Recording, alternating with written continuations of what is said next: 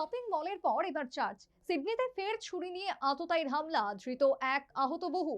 এক সপ্তাহে পরপর দুবার সিডনিতে আততায়ীর হামলা, কিসের ইঙ্গিত? পশ্চিমী সিডনি এলাকায় এক চার্চে আচমকায় আততায়ীর হামলার জেরে ব্যাপক চাঞ্চল্য ছড়িয়েছে সোমবার।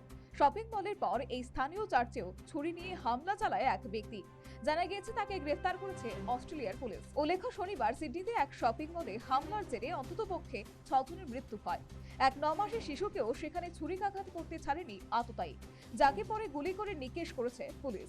এই নিয়ে এক সপ্তাহের মধ্যে সিডনিতে পরপর দুটি ছুরি নিয়ে হামলার ঘটনা উঠে এলো। তবে জানা গিয়েছে চার্চের ভেতরে যাদের ছুরি নিয়ে আঘাত করা হয়েছে তাদের গুরুতর জখম নেই। আহতদের অ্যাম্বুলেন্সে তড়িঘড়ি হাসপাতালে নিয়ে যাওয়া হয়েছে।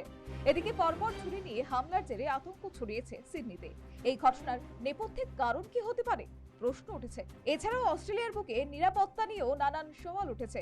পুলিশের তরফে জানানো হয়েছে, যে ব্যক্তি এই চার্চের ভেতরে ছুরি নিয়ে হামলা চালিয়েছে তাকে গ্রেফতার করা হয়েছে। সে পুলিশি জেরায় জানিয়েছে পুলিশের সঙ্গে সহায়তা করছে সে। জানা গিয়েছে সিটির ওয়ে কলের ওয়েলকাম স্ট্রিটে এই ঘটনাটি ঘটেছে। ইতিমধ্যেই ইমার্জেন্সি মেডিকেল টিম সেখানে পৌঁছেছে।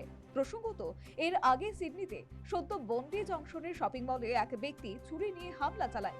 বিভিন্ন ভিডিওতে সেদিনের পরিস্থিতির ছবি দেখা যাচ্ছে যখন হাতে ছুরি নিয়ে ওই ব্যক্তি শপিং মলে ঘুরছে, তখনই যাকে হাতের সামনে পাচ্ছে ওই আততায়ী তাকেই তাড়া করছে, এমনটাই দেখা যায়।